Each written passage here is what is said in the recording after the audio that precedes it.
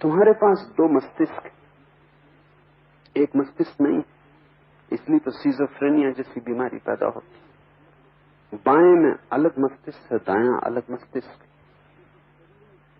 क्योंकि शरीर में प्रत्येक चीज दो है। स्पेयर पार्ट्स का ख्याल रखा गया है। एक गुर्दा खराब हो जाए दूसरा गुर्दा काम करे, एक फेफड़ा काम न करे तो दूसरा काम कर सके, एक मस्तिष्क अगर काम न करे तो दूसरा काम कर सके। प्रकृति ने बड़ा इंतजाम किया, वो स्पेयर पार्ट्स। शरीर में सब चीजें दो, ताकि एक से भी चल जाए तो मस्तिष्क भी दो है। और अभी शरीर शास्त्रियों मनस्विदों ने बड़े प्रयोग किए। अगर दोनों मस्तिष्क के बीच का जोड़ तोड़ दिया जाए तो एक ही आदमी दो आदमी हो जाता और दो आदमी की तरह व्यवहार करने लगता। तुम उसके बाएं मस्तिष्क को जो सिखाओ वो दाएं को पता नहीं चलता, और दाएं को जो सिखाओ वो बाएं को पता नहीं चलता।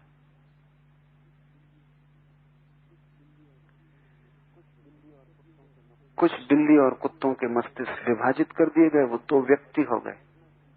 और यही घटना सिजोफ्रेनिया जैसी बीमारी में घटती। कई दफे ऐसा हो जाता है कि एक आदमी कभी तो अच्छा व्यवहार करता है, कभी बुरा व्यवहार करता है, कभी तो एक तरह का आदमी होता है।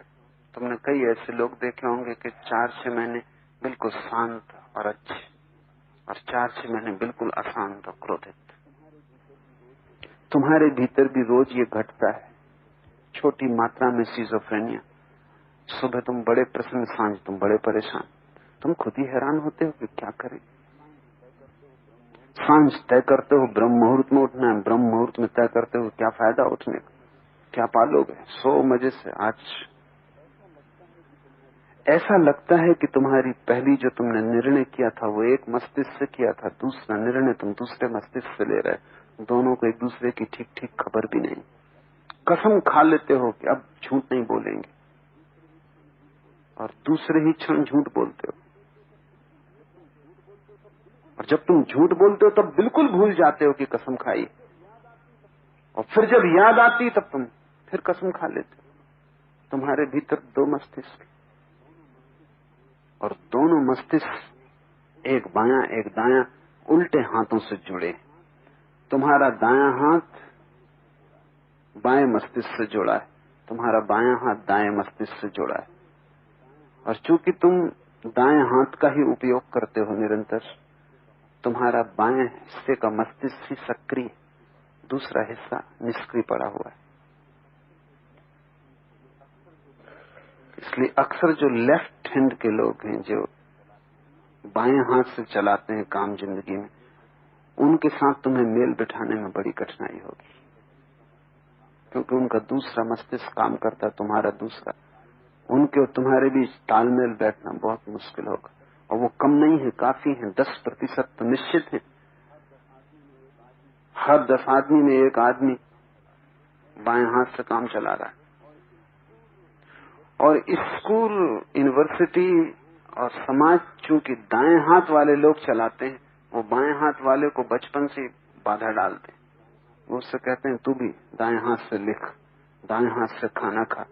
तो बहुत से बाएं हाथ से चले होते लोग वे भी दाएं से चल रहे हैं, वो जिंदगी भर की मुसीबत में पड़ गए, क्योंकि उनके पास बढ़िया मस्तिष्क बायां था।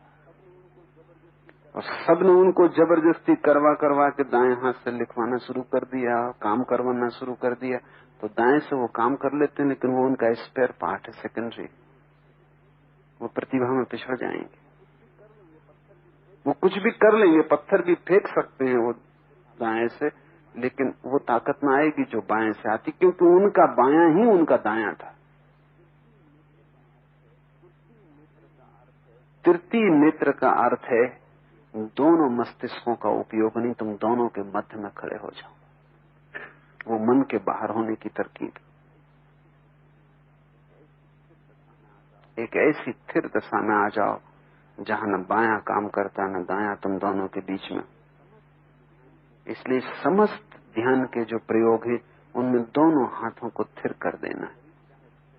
पूरा शरीर चाहे थिर हो या ना हो, लेकिन बुद्ध की प्रतिमा में जैसे दोनों हाथ रखे हैं वैसे दोनों हाथ तो बिल्कुल थिर कर देने।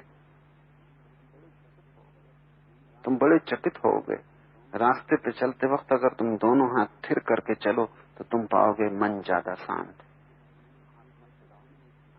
हाथ मत हिलाओ, हाथ हिलाने की कोई जरूरत भी नहीं, उसके बिना तुम चल सकते हो। वो तो सिर्फ शरीर की पुरानी आदत है। जब जानवर की तरह हम थे और चारों हाथ पैर से चलते थे, अब भी वही आदत है। बायां पैर आगे जाता है तो दायां हाथ उसके साथ आगे जाता है। वो जानवर के लिए ठीक है, अब तुम्हारे लिए कोई जरूरत नहीं। लेकिन कोई लाखों साल की पुरानी आदत भी पीछा करती, संस्कार है। जब भी तुम चलोगे अभी भी वो संस्कार काम करता है। दोनों हाथ रोक के चल के देखो, तुम बड़े हैरान होगे। जैसे तुम दोनों हाथ रोकोगे विचार रुक जाएगा, क्योंकि दोनों हाथ विचार को प्रभावित कर रहे हैं। हाथ जो हैं वो मस्तिष्क के फैले हुए भाग, इसलिए समस्त ध्यान की प्रक्रियाओं में दोनों हाथ का वर्तुल बना के शांत कर देना।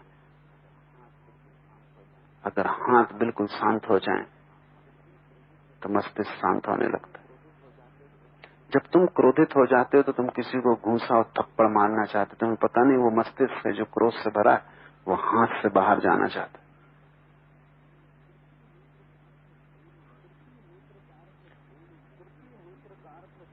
तृतीय नेत्र का अर्थ है दोनों मध्यों के बीच में जो संधि, जहां वे दोनों जुड़े हैं तुम वहां संधि पे रुक जाओ। दोनों तराजू के पलवों के बीच में जहां कांटा है तुम तुलाधर हो जाओ। पर ये प्रतीक है। अब कई लोग बैठे हैं, वो यही सोच रहे हैं कि तीसरी आंख भीतर है। वो कल्पना कर रहे हैं तीसरी आंख भीतर है, ये प्रतीक है। तीसरी आंख का मतलब है कि ऐसा संतुलित दृष्टिकोण जहां न बायां प्रभावित करता है न दायां, जहां कोई खाई खट तुम्हें प्रभावित नहीं करते, जहां तुम सीधी आंख चले जाते।